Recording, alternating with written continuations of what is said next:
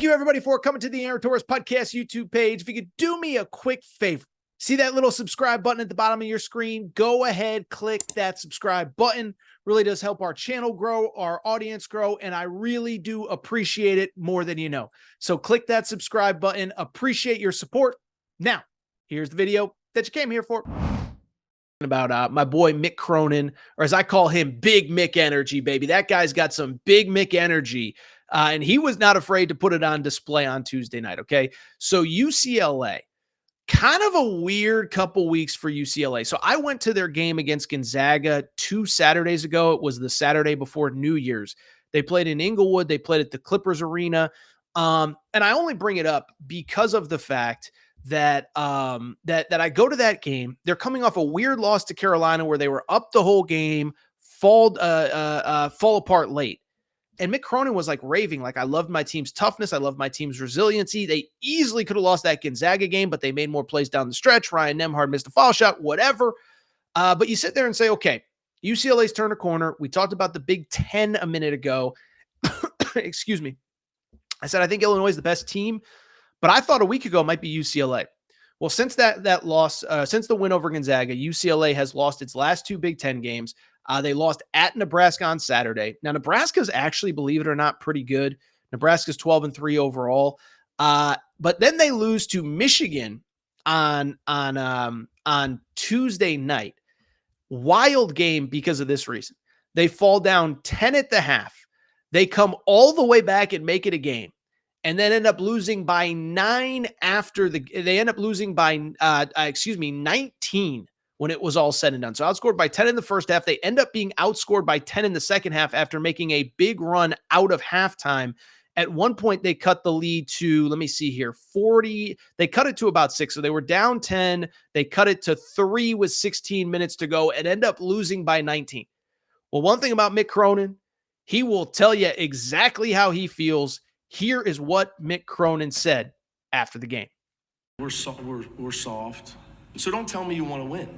Like, just don't tell me you want to win. So don't tell me you want to win. It's crazy, you know, and it's every day. I'm tired of it.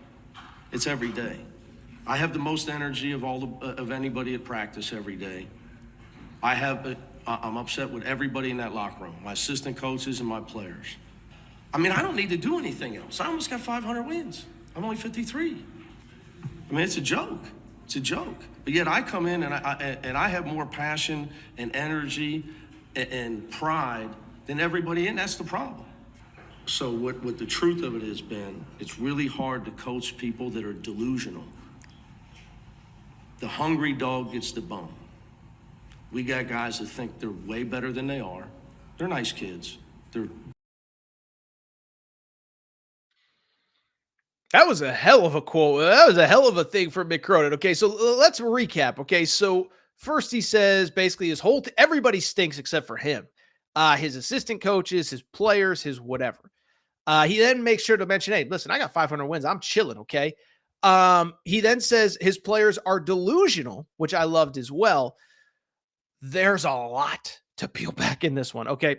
So let's go ahead and dive into Mick Cronin's comments. First of all, let me say this.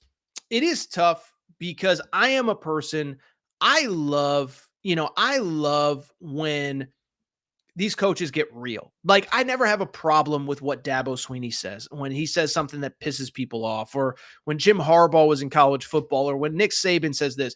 I would rather have people in sports that are honest, that are real, that tell you exactly how they feel all the time, than the boring, you-know-what coach speak. Like, part of the reason that clip went so viral is because coaches don't talk like that in public. Now, like I said, I think there's some schools that wish their coaches did talk a little bit more like that. You think Arkansas fans don't wish John Calipari had a little fire in his belly like that right now? So it's hard for me to be critical of that in the moment. What I would also say is this. And again, you can see on the bottom of the screen, it's really hard to coach people that are delusional, end quote. Okay.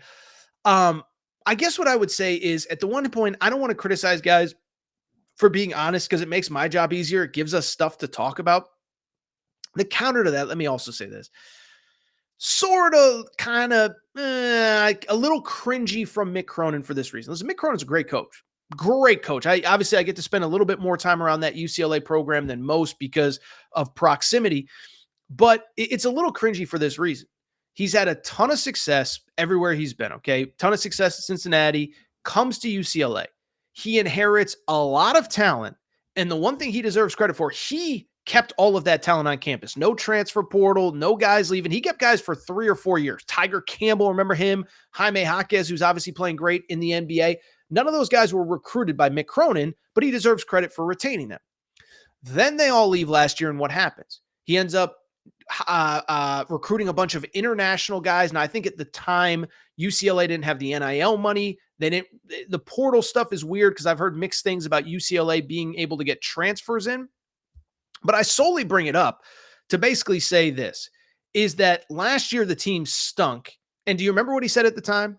He said, listen, it comes down to NIL. He goes, we're the Cincinnati Reds. We're competing with the Los Angeles Dodgers. And I've told my boosters, if you want to be the Los Angeles Dodgers, then put me on a level playing field. And I'm paraphrasing a little bit, but he called UCLA the Cincinnati Reds, and he called everybody else the Los Angeles Dodgers. So he clearly, to his credit, raised the NIL money in the offseason. And so now all of his players are delusional. All of his assistants are delusional. Well, at some point last year, your players weren't good enough. This year, your players aren't good enough. It's worth noting, by the way, in his first year when they weren't winning, it was the 2019-2020 season. He flipped it around late, but he went on a crazy rant in 2019 as well, 2020, about how bad his team was then. And so it's not like the worst look, but it's not the best look. But the one thing I will say, he has used this to motivate his teams before. Again, 2019, you could go back and look at it, was his first year, 2019-2020. Team was terrible at a certain point. As a matter of fact, I'm going to go ahead and look it up really quick because I'm kind of curious on this. But his team was terrible early. He inherited a bunch of guys. If you remember, Alfred was fired in I think he was fired either Christmas Eve or New Year's Eve. So the whole team had played under an intern for half the season. But you go back, they lose to Stanford. I'll never forget this. They lose to Stanford on a Wednesday night, fall to 8-9 overall. By the time the season was canceled in the Pac-12 tournament, that was the year the tournament was canceled, they were 19-12 and very much on the bubble. So you go from 8-9 to 19-12, not great at math, but that's 11-3 over the final 2 months of the season. So Mick Cronin has done this before. Didn't think it was the best look, but listen, I'm not going to be one of those guys. Oh my God, you can't say that. No.